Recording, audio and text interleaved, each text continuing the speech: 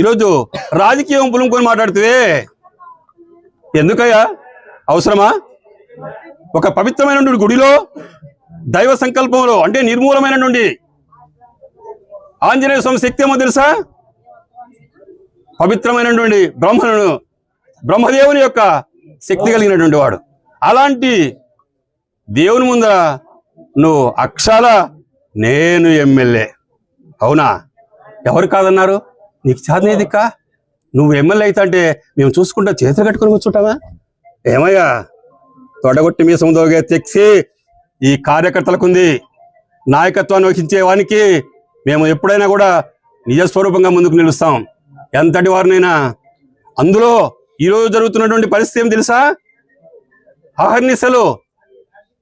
అహర్నిశలు తెలుగుదేశం ప్రతి మంచి పని కోసం, ప్రతి పేదోళ్ళ కోసం, చదువు సంస్కారాలు అయితేనేమి, అదేవిధంగా రైతాంగం అయితేనేమి, అదేవిధంగా ఎక్కడ ఏ లోటున్నా దాన్ని తీర్చడానికి సంసిద్ధంగా మా చంద్రబాబు నాయుడు గారు ఉన్నారు, లోకేష్ గారు ఉన్నారు, పవన్ కళ్యాణ్ గారు ఉన్నారు, అదేవిధంగా ఎమ్మెల్యే గారు అదే అడుగుజాడలు నడవడానికి సంపూర్ణంగా సిద్ధంగా ఉంది. ఎక్కడైనా ఒడుదొడుగులు లోపాలు ఉంటే అవి తీర్చుకోవడానికి మేమున్నాం. మేమందరం ఐక్యభావంతో ముందుకు నడవడానికి సంపూర్ణ సిద్ధంగా ఉన్నాం.